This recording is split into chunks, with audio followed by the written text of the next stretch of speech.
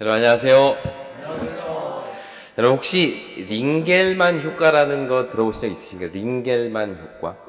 링겔만 효과라는 거는 독일의 심리학자 중에 한 사람이 링겔만이라는 사람이 이제 처음 이야기를 해서 이런 효과를 링겔만 효과라고 부르는데요. 그 내용은 이런 겁니다.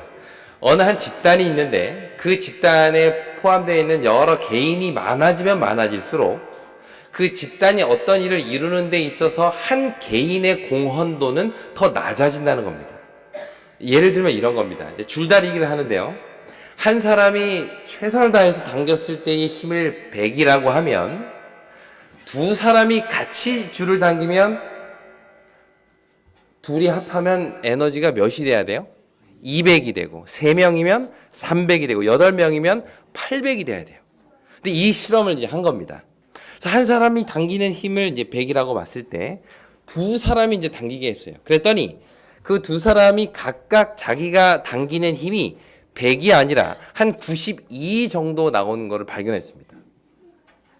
그래서 세 명이 그것을 당기도록 했더니 세 명일 때는 한 사람의 에너지가 85밖에 안 되는 거예요. 이번에는 8명이서 함께 줄을 당기게 했습니다. 그랬더니 한 개인의 힘이 한 어느 정도 됐을까요?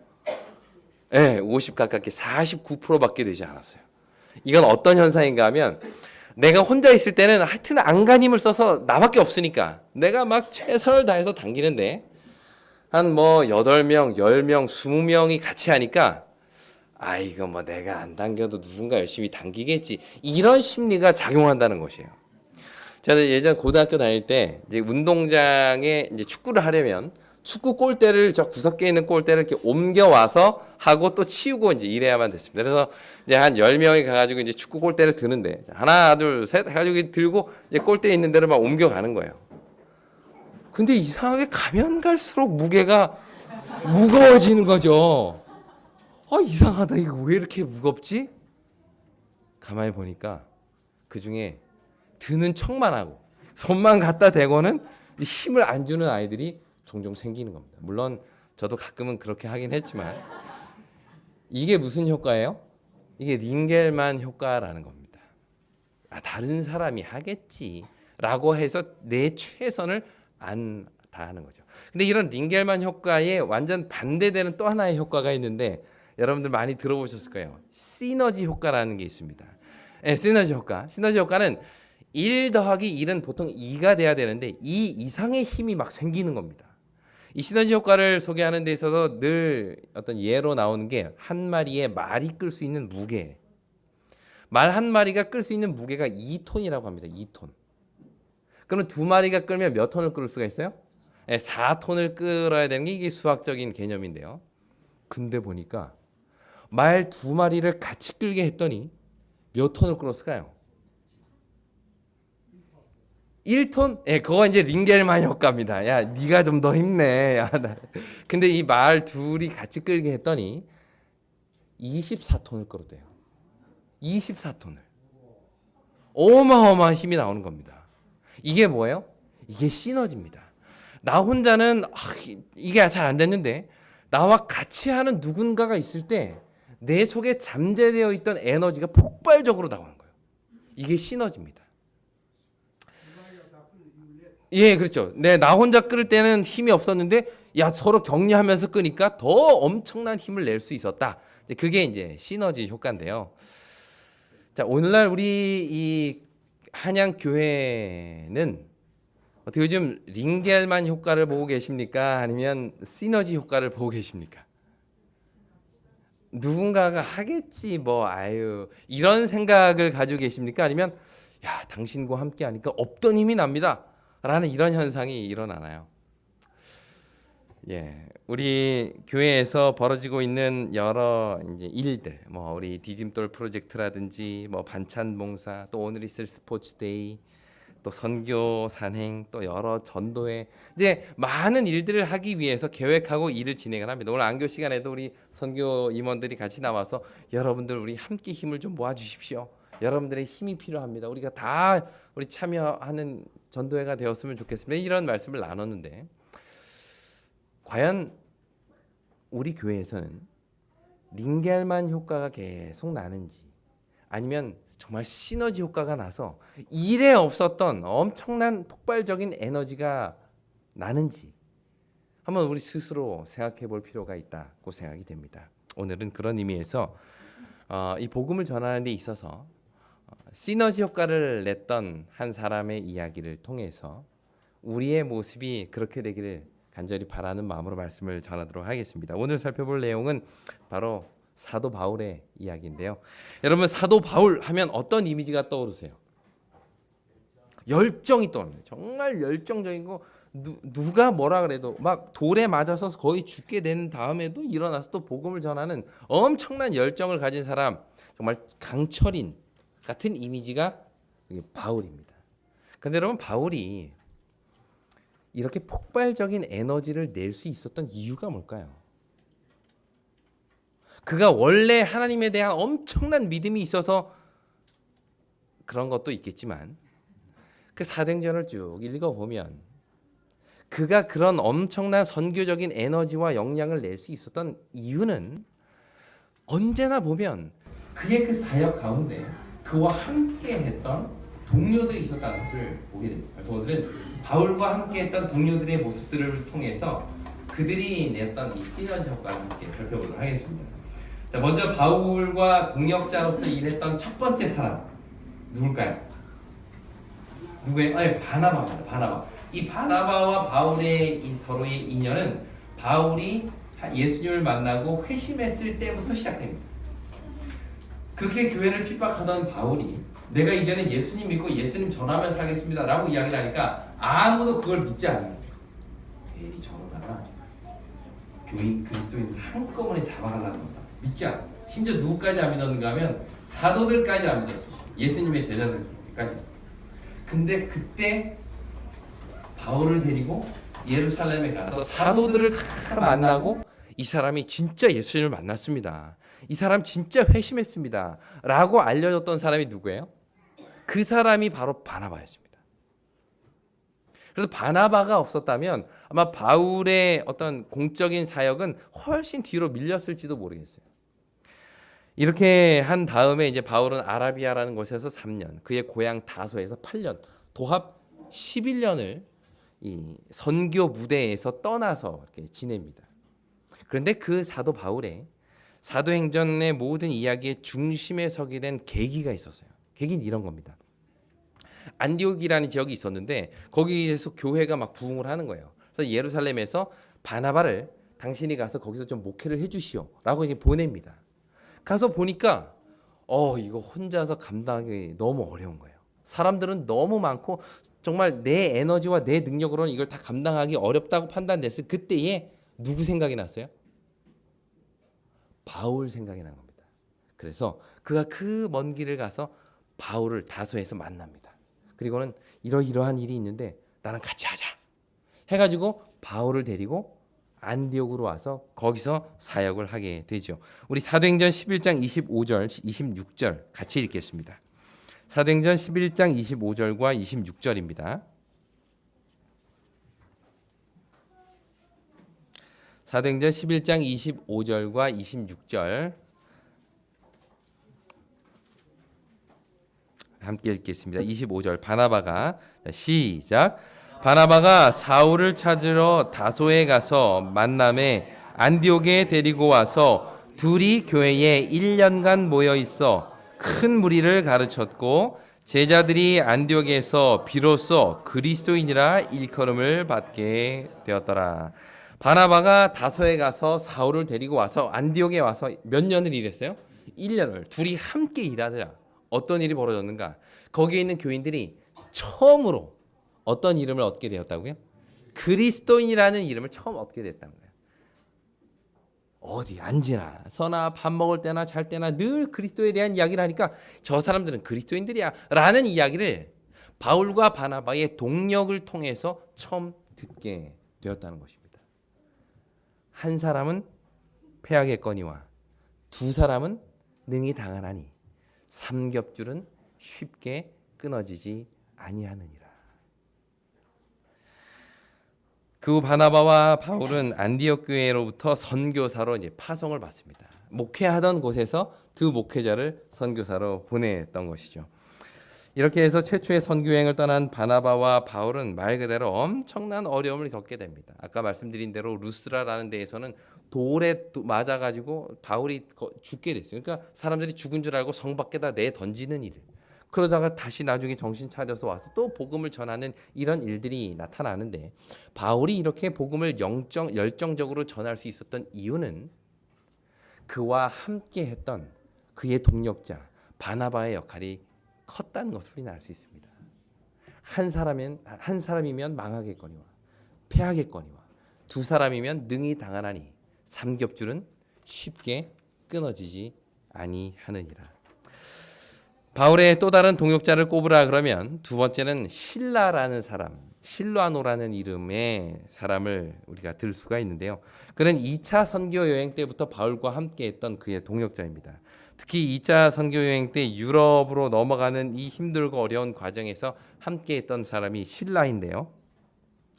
실라는 바울과 함께 이제 마게도니아 첫성 빌립보라는 곳에 딱 들어갔는데 거기서 열심히 복음을 전합니다. 근데 그때 보니까 귀신 들린 여자가 자꾸 쫓아다니면서 방해를 하니까 바울이 그 귀신을 이제 쫓아내 보였어요. 그러자 그 귀신 들린 여인의 주인이 그 귀신 들린 여인을 통해서 점을 쳐가지고 돈을 벌었는데 귀신이 나가니까 더 이상 그 일을 할 수가 없었던 거죠. 그래서 주인이 바울을 고소합니다. 신라랑 바울을 고소해가지고 감옥에다 가둬요. 그래서 감옥에 들어가서 엄청 두들겨 맞고는 옥에 갇힙니다. 아무 빛도 보이지 않는 그 캄캄한 밤에 예수 전했다는 이유로 옥에 갇히게 되죠. 여러분 생각해 보세요.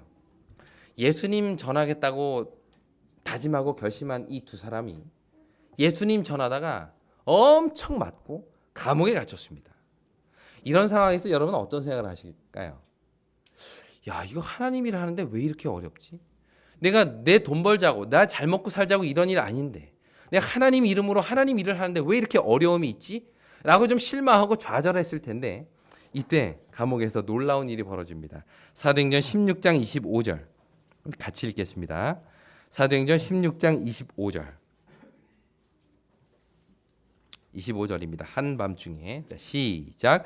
한밤중에 바울과 실라가 기도하고 하나님을 찬송하며 죄수들이 듣더라. 거의 진물이 다 터져서 피와 물이 흐르는 그 몸, 만신창이 된 몸으로 감옥에 갇혀 있는데 그날 밤에 들렸던 소리는 신음하는 소리도 누군가를 원망하고 저주하는 소리도 아니었다는 것이에요. 하나님을 찬양하는 소리가 그날 들렸다는 것입니다. 어떻게 이게 가능할까요? 바울과 실라가 이날이 감옥에서 이렇게 하나님을 찬양할 수 있었던 이유, 그것은 바로 그들과 서로에게 함께했던 동역자가 있었기 때문이죠. 그 후에 바울과 실라는 감옥에서 나와서 데살로니가를 거쳐서 베레아, 아테네 쭉 복음을 전하게 됩니다. 근데 거기서도 가는 곳곳마다 유대인들의 방해를 받게 되었고 결국 죽음의 위협까지 느끼면서 어쩔 수 없이 베레아를 떠나서 아덴으로 가게 되죠. 그때 아덴으로 내려간 바울은 신라에게 특별히 베레아에 남아서 복음을 전하도록 요청을 하고 거기서 신라는 열심히 복음을 전하고 나중에 이제 고린도에서 만나게 됩니다. 이처럼 신라는 언제나 바울과 함께하면서 힘들고 어려운 상황을 잘 이겨낼 수 있었던 것을 보게 되죠. 이것이 바로 복음 선교 사업에서 나타난 시너지 효과입니다. 바울이 이렇게 담대하게 끝까지 복음을 전할 수 있었던 것은 단순한 그의 믿음 이상으로 그와 함께했던 동력자들 사이에서 얻게 되는 그 강력한 시너지 효과, 같은 사명을 가지고 같은 열정으로 이 일을 걸어가는 그 사람이 있기에 결국 이 일을 감당할 수가 있었던 것입니다. 한 사람이면 패하겠거니와 두 사람이면 능히 당하나니 삼겹줄은 쉽게 끊어지지 아니하느니라. 세 번째로 생각할 동역자는 우리가 잘 아는 디모데라는 사람입니다. 디모데. 이 디모데는 바울이 1차 선교 여행을 할 때 그 루스드라라는 지역에서 살고 있었던 청년이었습니다. 근데 거기서 디모데가 본 바울의 모습은 사람들이 그를 죽이려고 돌을 던져서 쓰러져서 이제 막 피를 흘리는 모습을 디모데가 그 모습을 봤어요. 근데 그 모습을 보고 디모데가 결심한 거는 야, 나도 난 저렇게 살면 안 되겠다. 이런 결심을 한 게 아니라 나도 저 삶을 살고 싶다라는 결심을 한 거예요. 그 젊은 청년의 마음 가운데 그 피를 흘리면서도 끝까지 일어나서 복음을 전하는 바울의 모습을 보면서 나도 저렇게 살고 싶다라는 결심을 하고 2차 선교 여행 때 다시 루스드라로 왔을 때의 바울이 선생님, 저도 같이 가고 싶습니다. 해가지고 그 여행을 같이 따라 나선 겁니다. 이렇게 새롭게 복음 선교의 팀에 합류한 이 디모데는 그리스 지역, 마케도니아 지역의 복음을 전하는 일에 늘 함께 하게 되었는데요. 사실 실라와 바울이 감옥에 에베소에 빌립보에서 감옥에 갇혔을 때에도 디모데가 그때 같이 있었어요. 근데 어떤 이유에서인지 디모데는 감옥에 갇히지 않았는데 그런 상황에서도 언제나 디모데는 그들과 함께 하고 있었던 것을 보게 됩니다. 그리고 나중에 이제 베레아로 넘어오고 또 베레아에서 아덴으로 넘어갈 때 그 베레아에서 함께 신라와 남아서 복음을 전했던 사람도 디모데였어요. 근데 재밌는 사실은 이렇게 홀로 베레아의 신라와 디모데를 남겨두고 아테네에 바울만 혼자 와서 복음을 전했는데 그때 복음을 막 열심히 전했는데도 워낙 사람들이 그 말씀을 듣지 않으니까 정말 힘들고 어려운 일을 겪게 되었어요. 근데 이 사도행적은 그 아테네에서 바울이 혼자서 복음을 전할 때의 그의 마음을 이렇게 표현을 하고 있습니다. 제가 한번 읽어보겠습니다. 하나님을 예배하지 않는 이 큰 도시에서 바울은 고독감에 억눌려 그의 동력자들의 동정과 조력을 갈망하였다. 인간적인 우정에 있어서 바울 자신은 몹시 외로웠다. 그렇게 강철 같은 열정을 가지고 있었던 바울, 어디다 갖다 놔도 뭐 혼자 있어도 죽는 그날까지 복음을 아주 흔들림 없이 전할 수 있었던 같은 그런 바울도 홀로 아덴에 남겨져서 거기서 복음을 전하고 있을 때 그가 뭘 느꼈다고요? 고독감을 느꼈다. 인간 동력자의 동정과 조력을 갈망하게 되었다는 겁니다. 그래서 베레아에 있던 실라와 디모데를 속히 오라고. 내가 너무 외롭다. 내가 너무 힘들다고. 해서 결국 그 다음 도시인 고린도에 가서 이 두 사람이 와가지고 같이 여기서 만나게 되는 겁니다. 여러분, 바울이 그 힘든 복음 전파하는 그 과정 가운데서도 불굴의 의지를 가지고 이 일을 끝까지 경주할 수 있었던 이유가 뭘까요? 그와 늘 함께 하시는 하나님에 대한 믿음과 더불어 같은 사명을 나누고 나와 함께 그 열정을 나누고 마음을 나눌 수 있는 인간 동력자들의 조력과 동정이 있었기 때문이라는 겁니다. 한 사람이면 패하겠거니와 두 사람이면 능히 당하나니 삼겹줄은 절대 쉽게 끊어지지 않는 법이죠. 마지막으로 살펴볼 동력자는 우리가 잘 아는 누가입니다. 누가는 직업이 뭐라고 이야기를 하죠? 의사입니다. 여기 골로새서 4장 14절에 보면 바울이 누가에 대해서 쓰면서 누가는 사랑받는 의사 누가다 이렇게 이제 표현을 했어요. 아마 모든 사람들이 되게 존경하고 사랑하는 그런 사람이었던 것 같습니다. 2차 선교 여행 때 함께 나섰던 사람 중에 하나가 누가였어요. 그러니까 2차 선교 여행 팀을 보면 바울이 있었고 그다음 누가 있어요? 실라가 있었고 디모데가 있었고 누가가 있었습니다. 우리가 바울의 그런 선교 여행의 이야기를 자세하게 알 수 있는 것은 이 바울 사도행전이 있기 때문인데 사도행전을 누가 썼어요? 누가가 썼습니다. 그걸 자세하게 기록할 수 있었던 이유는 누가가 그 여행에 동행했기 때문이에요. 그런데 여러분, 누가에 대한 이야기가 여러 곳에 나오는데 바울이 이렇게 개인적인 편지를 쓰는 곳에 누가에 대한 이야기가 3곳 나옵니다. 우리 한번 찾아보도록 하겠습니다. 골로새서 4장 14절. 골로새서 4장 14절. 다 같이 찾아서 읽어보겠습니다. 골로새서 4장 14절입니다.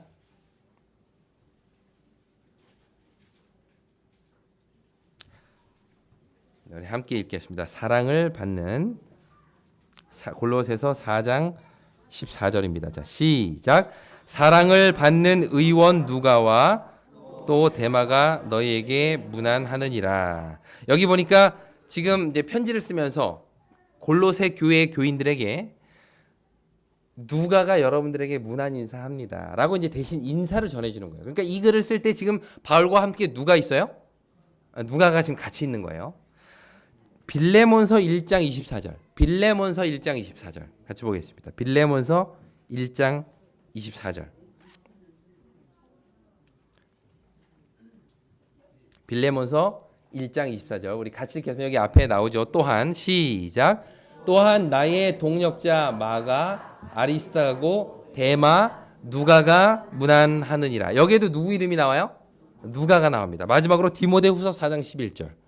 디모데후서 4장 11절.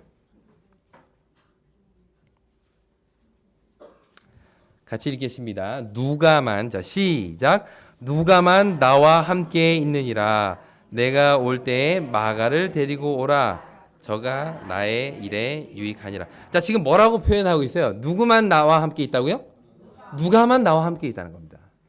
여러분, 아까 지금 우리가 읽은 골로새서, 빌레몬서, 디모데후서 이 편지들의 특징은 이 모든 편지는 어디에서 쓰여졌을까요? 바울이 어디에 있을 때? 로마 감옥에 있을 때입니다. 어디 열심히 복음을 전할 때도 아니고 감옥에 갇혀 있을 때에 쓴 편지들이에요. 근데 보니까 감옥에서 편지를 쓰고 있을 때 늘 누가 같이 있었어요? 누가가 같이 있었어요. 누가가. 이것을 통해서 우리가 알 수 있는 것은 바울이 로마 감옥에 갇혀서 제대로 거동도 잘 못하고 활동도 못하고 어디 나가서 복음도 전하지 못하는 그 열악한 상황에서 끝까지 그와 함께했던 사람 누구예요? 누가라는 겁니다.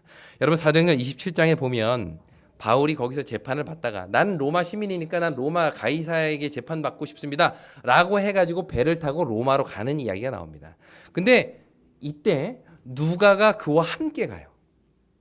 여기 그 표현에 보면 바울이 그 누가가 사도행전을 쓸 때 어떤 표현을 쓰는가 하면 우리가라는 표현을 자꾸 씁니다.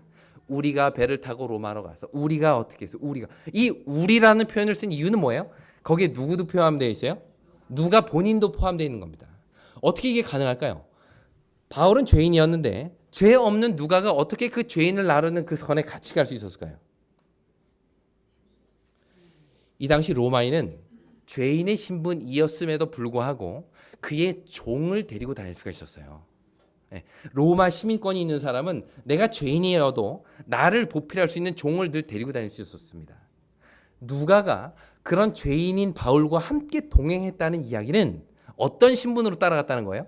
종의 신분으로 따라갔다는 겁니다.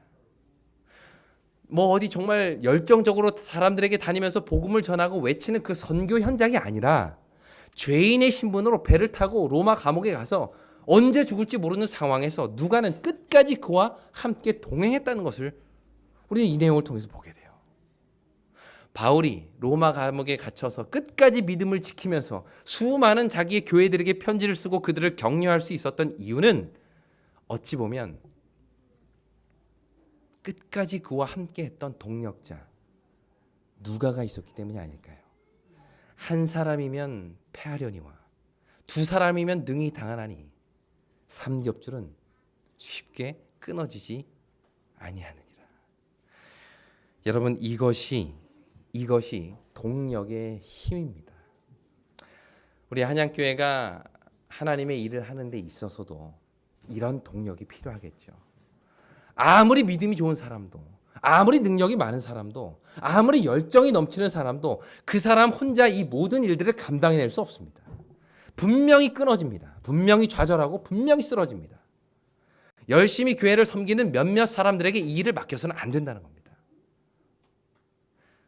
한 사람이면 패하겠거니와 두 사람이면 능히 당하나니 삼겹줄은 쉽게 끊어지지 아니하느니라. 여러분 우리 한양교회가 삼겹줄 교회가 되기를 간절히 바랍니다. 어느 몇 사람의 열심, 몇 사람의 열정에 의해서 유지되는 교회가 아니라 우리 모두가 다 하나가 돼서 한 마음으로 서로에게 서로가 힘이 되어주는 그런 교회가 되었으면 정말 좋겠습니다. 미국의 샌프란시스코에 가면 아주 유명한 다리가 있죠. 혹시 샌프란시스코 가보신 적 있으신가요? 가보셨는데 아마 손을 안 드실 거예요. 거기 가면 무슨 살아보셨습니까? 거기 가면 무슨 다리가 있죠? 아, 그렇죠. 아, 아마 그 왼쪽에 있는 다리 얘기하는 거죠. 그 다리가 뭐죠? 가장 유명한 다리. 금문교입니다. 여러분, 금문교 이렇게 다리 아마 사진으로나 이렇게 보셨을 텐데 양쪽 기둥이 크게 있고 나머지는 다 와이어로 다 연결이 되어 있어요. 그게 1931년에 33년인가요? 33년에 33년 1월에 이제 착공이 돼서 4년 동안 지어진 다리인데 그 금문교가 유명한 이유 중에 하나는 거기가 이제 바다와 만나는 그 곳인데 바람이 그렇게 많이 분다는 거예요. 어떤 때는 시속 100km의 강풍이 막 불기도 한다는 겁니다. 그러면 이게 웬만하면 다 무너진대요. 흔들려서. 그럼 무너지죠. 근데 금문교가 안 무너지는 이유가 그렇죠. 와이어로 매달아 놨기 때문에 이게 바람이 나면 이게 흔들린답니다. 그래서 최대 좌우로는 8m까지 움직이고요. 상하로는 5m까지 움직인답니다. 예, 아주 바람 불 때 운전하고 가면 재밌겠죠. 근데 여러분 그 금문교 한쪽에 보면 금문교 박물관이 있대요. 이게 어떻게 만들어졌는지 저도 가보진 않고 책으로만 읽었는데 거기 가보면 그 금문교를 붙들고 있는 와이어가 어떻게 만들어졌는지를 그 단면을 보여주는데 그 와이어 하나가 92cm입니다. 그러니까 그 지름이 약 한 1m 되는 그 와이어들이 다 그 밧줄 다리를 이렇게 붙들고 있는데 그 와이어 하나가 고맙습니다. 엄청난 센스. 네, 이게 여러분 금문교입니다. 이게 다 와이어로 되어 있는데 이게 별로 그렇게 두꺼워 보이지 않지 않습니까? 근데 하나가 지름이 1m라니까 두 사람이 겨우 끌어 안을 수 있는 아주 큰 와이어입니다. 근데 이 와이어 단면을 딱 보면 이 볼펜 하나, 모나미 볼펜 하나 정도의 철사를 꼬고 만들어 가지고 이렇게 큰 와이어가 되었는데 무려 그 케이블 하나에 철사가 몇 개가 들어가는가 하면 그 볼펜 하나 크기의 철사가 27,572개가 만들어서 하나의 케이블이 된다는 거예요. 그리고 이 케이블들이 일일이 다리에 다 연결이 돼서 이 다리를 이제 지지하고 있다는 것이에요. 네, 잡고 있는 거예요. 여러분 생각해 보십시오. 그 볼펜 하나의 철사가 얼마나 힘이 되겠습니까? 쉽게 끊어지죠. 자동차 하나도 제대로 못 들어 올릴 겁니다. 그런데 그 하나하나가 다 서로 연결돼서 하나의 큰 케이블이 만들어지고 그 케이블들이 서로 연결이 돼서 하나의 다리를 지지하다 보니까 100km 시속 100km의 강풍이 불어도 끊어지지 않는다는 거예요. 이게 여러분 삼겹줄의 힘입니다. 네, 고맙습니다. 네. 예. 그렇죠. 그렇게 보입니다. 네네. 이 위에서 이렇게 오는 케이블은 아마 훨씬 두꺼운 케이블인 것 같습니다. 배는 더 두꺼워 보이죠. 네. 제가 나중에 혹시 갈 기회가 있으면 자세하게 네. 그렇죠. 네. 맞습니다. 우리 교회도 좀 이런 에너지가 있었으면 좋겠습니다. 한 사람이면 정말 약합니다. 쉽게 쓰러지고 좌절하고 실패하고. 그런데 서로가 서로를 지지해주고 우리 힘내자고 우리 다시 한번 열심히 해보자고 잘 될 거라고 하나님이 우리와 함께 하신다고 서로가 서로를 격려할 때 그 삼겹줄은 절대 끊어지지 않는다는 것이죠.